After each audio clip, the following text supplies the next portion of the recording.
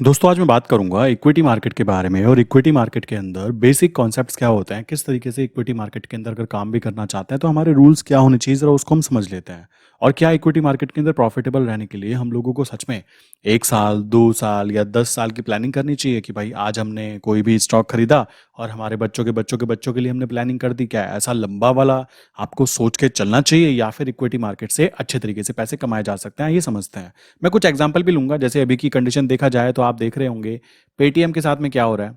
आप देख रहे होंगे मल्टीपल जो स्टॉक्स है ना, लाइक काफी सारे ऐसे स्टॉक्स होते हैं जो कि जिनके फ्यूचर डेरिवेटिव अवेलेबल ही नहीं होते हैं, बट लोगों को ये बात पता नहीं होती। लोग केवल किस चीज में आ जाते हैं, जैसे पेटीएम हो गया, जोमेटो हो गया, तो इन स्टॉक्स के अंदर किस तरीके से एक फेक कह सकते हो लाइक दिखाया जाता है कि यहाँ पे बहुत ही अच्छी चीजें हो रही हैं, बट उस कंडीशन में क्या होता है, वहां पे हमारा पैसा फंस जाता है। और पैसा फंसने की जो कंडीशन है इक्विटी मार्केट में वो थोड़ी सी ज्यादा होती है। कैसे, समझिए। सबसे पहली बात आती है, हम लोगों ने यहाँ पे क्या किया, हमने देखा कि हमारा जो पैसा है उसको हम इन्वेस्ट करना चाहते हैं। हमारे पास इन्वेस्टमेंट करने के कुछ बेसिक प्लान्स होते हैं जो कि हमें बचपन से सिखाए जाते हैं। वो सिखाया कहाँ पे जाता है, स्कूल कॉलेज के अंदर, कि देखो भाई कैसे कहाँ पे क्या पैसा लगाया जा सकता है। नॉर्मल वही प्लान है कि हम क्या करेंगे, मैक्सिमम जी लोग क्या करते हैं, एफडी करा देंगे। मैक्सिमम लोग क्या करेंगे, एक छोटा सा लाइक प्लॉट खरीद लेंगे, प्रॉपर्टी के अंदर यहाँ पे इन्वेस्टमेंट कर देंगे। देन उसके बाद में यहाँ पे गोल्ड में इन्वेस्टमेंट कर देंगे। क्यों कहा जाता है कि गोल्ड हमेशा ग्रो करता रहेगा वगैरह वगैरह। इसी तरीके से यहाँ पे देखा जाएगा कि हम लोग यहाँ पे क्या करने वाले हैं, म्यूचुअल फंड में पैसा लगा देंगे। हम लोग ज्यादा, अगर हमें नॉलेज नहीं है, हमारे आसपास किसी लोगों ने बता दिया, जान पहचान वाले ने, कि देखो भाई ये वाली कंपनी का शेयर बहुत अच्छा चल रहा है, तो उस कंडीशन में हम क्या करेंगे, हम इक्विटी मार्केट में पैसा लगा देते हैं। और खुद ब खुद लगाते हैं तो हमारी खुद की रेस्पॉन्सिबिलिटी हो जाती है। क्यों हो जाती है, क्योंकि हमने वो डिसीजन लिया है। तो यही एक्चुअल में गवर्नमेंट भी चाहती है, यही जो वो कंपनी है ना वो चाहती है कि आप खुद ब खुद डिसीजन लें और आप खुद ब खुद उस चीज के मालिक बने। अब उसके लिए लोग करते क्या है, समझो। नॉर्मली होता क्या है, अगर मेरा कोई भी XYZ स्टॉक है और मैं चाहता हूं कि भाई मुझे ना इसको लाइक कह सकते हो, इसको लोगों के पास में शेयर करना है, तो मैं वहां पे क्या करूंगा, मैं यहाँ पे अपना आईपीओ लेके आऊंगा। आईपीओ आ जाने के बाद में पहले तो उस कंपनी के बारे में लोगों के माइंड में अगर अच्छे विचार होंगे, जैसे कि आप देखोगे बहुत सारी कंपनीज हैं जिनके बारे में बहुत सारे लोग बहुत ज्यादा अच्छा समझते हैं, बट अगर बैक साइड में उनकी रियलिटी देखी जाए कि उनको एक्चुअल में प्रॉफिट कितना हो रहा है, तो मैं आपको बताना चाहता हूं इंडिया में बहुत सारे बिजनेस मेरे भाई ऐसे हैं जो कि आने वाले 10 साल बाद क्या प्रॉफिट होगा, आने वाले 15 साल बाद क्या प्रॉफिट उनको होगा, उस बात की कैलकुलेशन के ऊपर आज वो लोग पानी की तरह अपना पैसा बहा रहे हैं। क्यों, 15 साल बाद मैं ही बचूंगा इस मार्केट के अंदर और मैं उस समय पैसा कमाऊंगा। तो आप खुद सोचो कि कितना बड़ा रिस्क लेकर वो लोग चलते हैं और बिजनेस करना कितना ज्यादा मुश्किल हो जाता है ऐसी कंडीशंस में। काफी सारे लोग ऐसे होते हैं जो कि सोचते हैं कि ऑनलाइन बिजनेस करेंगे एंड बहुत इजीली ग्रो हो जाएंगे। वो भी इतना इजी नहीं होता, मेहनत लगती है। अब यहाँ पे आईपीओ लाया गया, आईपीओ लाने के बाद में नेक्स्ट स्टेप रहता है कि हम लोगों को यहाँ पे क्या देखा जाता है, प्रमोशन कराते हैं। वो लोग कैसे प्रमोशन कराते हैं, टीवी पे बैठे हुए जो लोग होते हैं उनके द्वारा, यूट्यूब पे बैठे हुए जो बहुत सारे ऐसे लोग होते हैं जो कि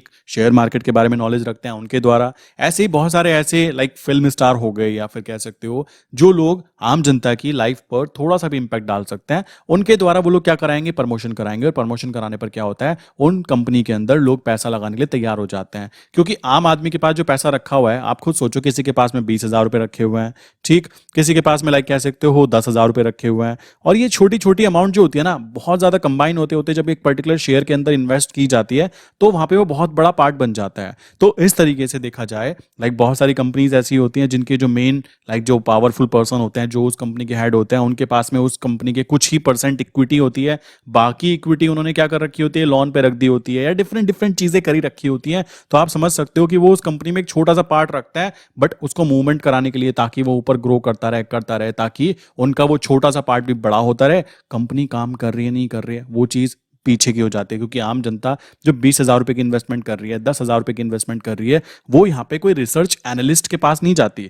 नॉर्मली आप देखोगे तो एनएससी रजिस्टर्ड जो रिसर्च एनालिस्ट होते हैं वो लोग भी आपको एडवाइस यही देते हैं कि आप अगर काम करना चाहते हो तो इक्विटी मार्केट में, अगर आप चाहते हो भाई मैं इक्विटी में ज्यादा फील सेव करता हूं, कैसे, मैंने बोला भाई इक्विटी मार्केट में प्रॉब्लम भी है, प्रॉब्लम मैंने आपको बहुत बार समझाई भी है। अगर फिर भी किसी को समझ में नहीं आई है, तो अगर आप इक्विटी में काम कर रहे हो, आपका 200 रुपए का शेयर है, आप कहते हो भाई मुझे ना एक काम करो, मुझे 1,000 शेयर खरीदना है, तो टोटल आपकी इन्वेस्टमेंट कितनी हो गई, 2 लाख रुपए की इन्वेस्टमेंट हो गई। और आप कहते हो भाई देखो ये 2 लाख रुपए मैं लगाना चाहता हूं और मैं चाहता हूं कि मेरे बच्चों के बच्चों के बच्चों के लिए मैं इस शेयर को छोड़कर जाना चाहता हूं। उस कंडीशन में देखो आप इक्विटी मार्केट में पैसा लगा सकते हो। आपका जो एनएससी रजिस्टर्ड लाइक जो भी एडवाइज़र होगा वो आपको अच्छे से अच्छे स्टॉक वहाँ पे प्रोवाइड कर देगा, बहुत अच्छी बात है। यहाँ पर आप ये चीज़ अगर खुद से भी करना चाहते हो तो ये ट्रिक आप खुद ब खुद यूज़ कर सकते हो। मैंने बताया हुआ है कि हम लोग खुद, मैं अपनी बात करूँ, मैं लास्ट जो भी काम करता हूँ 200 डेज मूविंग एवरेज 1 डे के टाइम फ्रेम के ऊपर, अप साइड तो भाई मैं बाय साइड पे फोकस करता हूँ, डाउन साइड है तो मैं क्या करूँगा, मैं यहाँ पे फ्यूचर को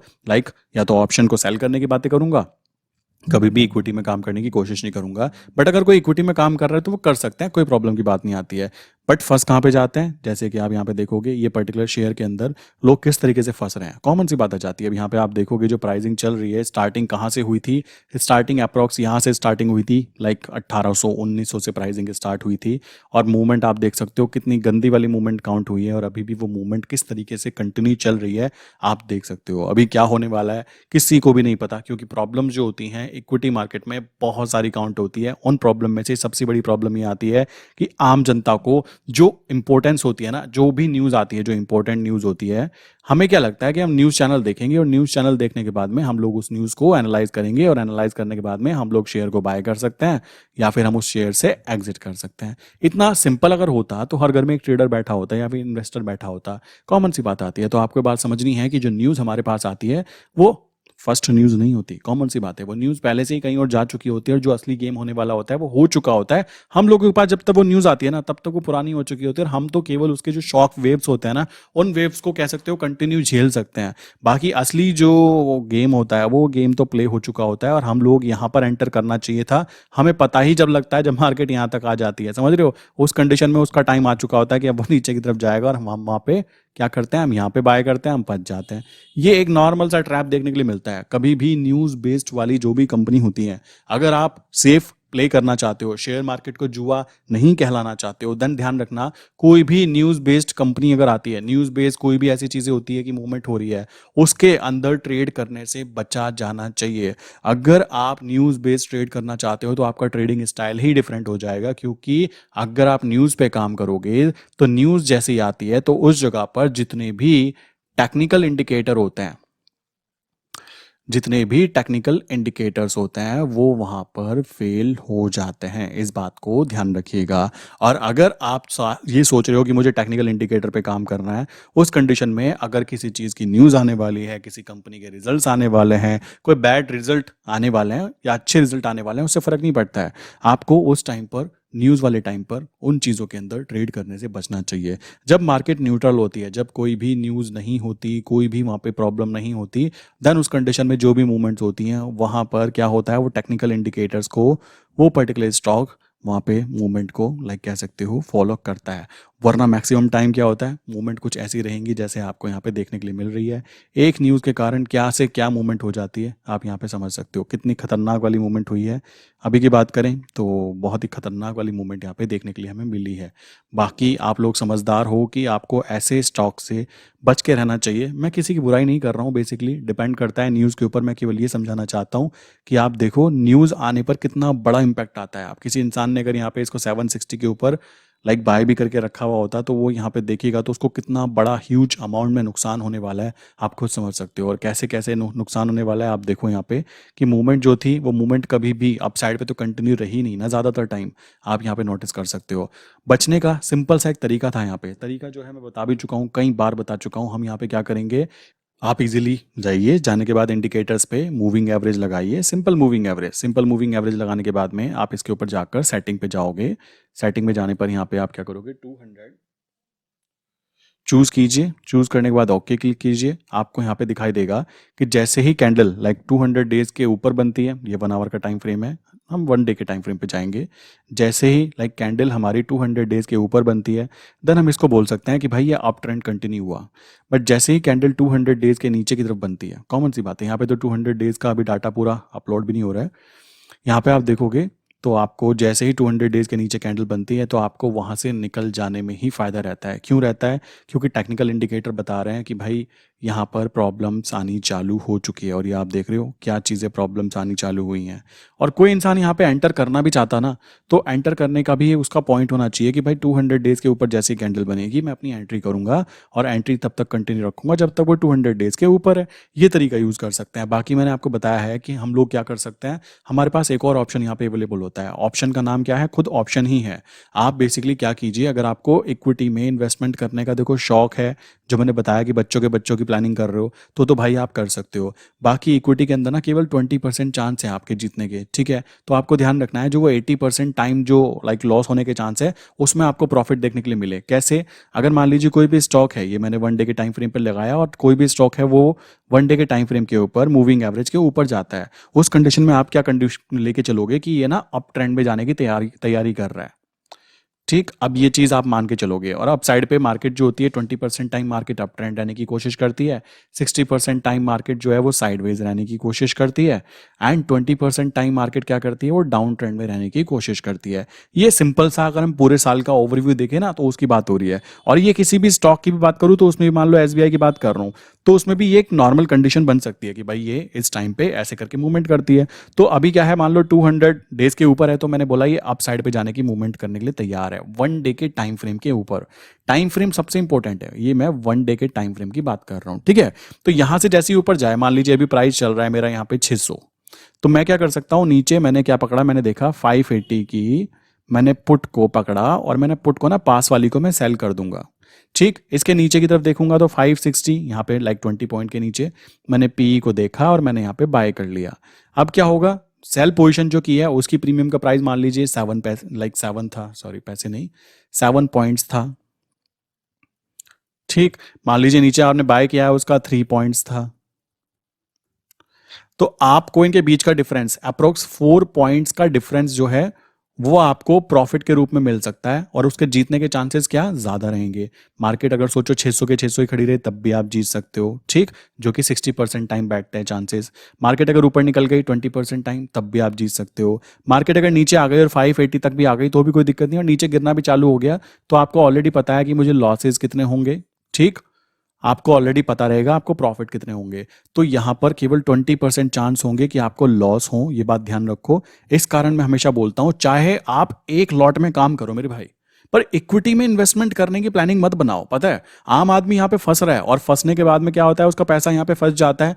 बड़ा अजीब लगता है कि इतनी बड़ी लॉस होने के बाद भी वो इंसान क्यों बैठा है, क्योंकि उसके दिल में छोटी सी जगह एक है कि ये ऊपर बढ़ेगा, ये ऊपर बढ़ेगा, बट वो क्यों बढ़ेगा उसके पीछे का लॉजिक उस बेचारे को खुद से भी नहीं पता है। तो वहां पर आप इस मैथमेटिकल कैलकुलेशन को जरूर याद रखें। शेयर मार्केट में कोई प्यार व्यार मत निभाइए कि मुझे इस पर्टिकुलर शेयर से प्यार है, मैं तो ये चीज यूज करता हूं, मैं तो ये चीज देखता रहता हूं। भाई वो दिखाई जाती है एक पर्टिकुलर टाइम तक और वो अपना पैसा फूक रहे हैं पानी की तरह, वो फेंक रहे हैं आपके ऊपर कि भाई तुम बस यूज कर लो इसको। क्योंकि वो लोग क्या चाहते हैं, वो 10 साल बाद, 15 साल बाद, 20 साल बाद उनको दिखाई दे रहा है 20 साल बाद मुझे इनकम होनी चालू होगी। मतलब ऐसा भी होता है। आप कहोगे कैसी बातें कर रहे हो, जी हाँ, 10 साल 15 साल तक की प्लानिंग ये लोग बना के रखते हैं। इतना इजी नहीं है बिजनेस करना। स्टार्टिंग के टाइम पे उनके पास इतना पैसा है कि वो 10 साल तक फूकते रहेंगे, आपको देते रहेंगे, कैशबैक देते रहेंगे, और आपको जब लत लग जाएगी वो तब की प्लानिंग कर रहे हैं। समझ रहे हो, इतना लंबा दूर का सोचकर बातें की जा रही है। बट आम जनता यहां पर अगर कोई मान लीजिए छोटे अमाउंट से काम कर रहा है तो ये मैथमेटिकल कैलकुलेशन आपको पता ही होनी चाहिए कि मार्केट साइडवेज 60% टाइम रहती है, अप ट्रेंड में 20% रहती है। अब काफी लोग कहेंगे बात आपने बताई है, भाई मेरे चैनल पे 850 प्लस वीडियोस हैं। आप एक बात बताइए, इतनी सारी बातें बताने के बाद भी अगर कोई इंसान इक्विटी मार्केट में फंसने की कोशिश करेगा, उसको अगर ये बातें नहीं पता है, देन डेफिनेटली यहाँ पर बड़ी प्रॉब्लम आपको देखने के लिए मिलने वाली है। क्या प्रॉब्लम मिलने वाली है आपके सामने ही है। यहाँ पे आप देखो, मैं यहाँ पे किसी और पे लगा के दिखाता हूँ, आप कहोगे एक पे दिखा रहे हो भाई, तो मैं एसबीआई पे लगा देता हूँ। मेरा और आपका प्यारा हमारा एसबीआई, ठीक है। यहाँ पे आप देखोगे तो यहाँ पे सिंपल सी कंडीशन है। अभी मान लीजिए मैंने देखा भाई कि मैं यहाँ पे देख रहा हूँ, देखो कंडीशन बड़ी सिंपल है। कंडीशन ये रहेगी कि मैंने बोला भाई 200 डेज के ऊपर कैंडल बनी, आप कहोगे गैप अप खुली, खुल जाए, अपने पापा का क्या जाता है। यहाँ पे ये रहा, यहाँ पे ये रहा, ये सारी जगह पे एंट्रीज बोल सकते हो, ठीक। अब आप कहोगे क्या यहाँ पे मुझे बाय करना था। आपको लगता है मैं बाय करने की एडवाइस देता जिसमें केवल और केवल 20% चांस है कि आपको प्रॉफिट देखने के लिए मिलेंगे। ऐसी चीज़ क्यों करवाऊंगा मैं? अगर मैं यहाँ पे बोलता तो मैं क्या कहता, तीन चीज़ें हो सकती हैं मेरे भाई। पहली चीज़ हो सकती है मार्केट यहीं पे खड़ी रहे पूरे टाइम।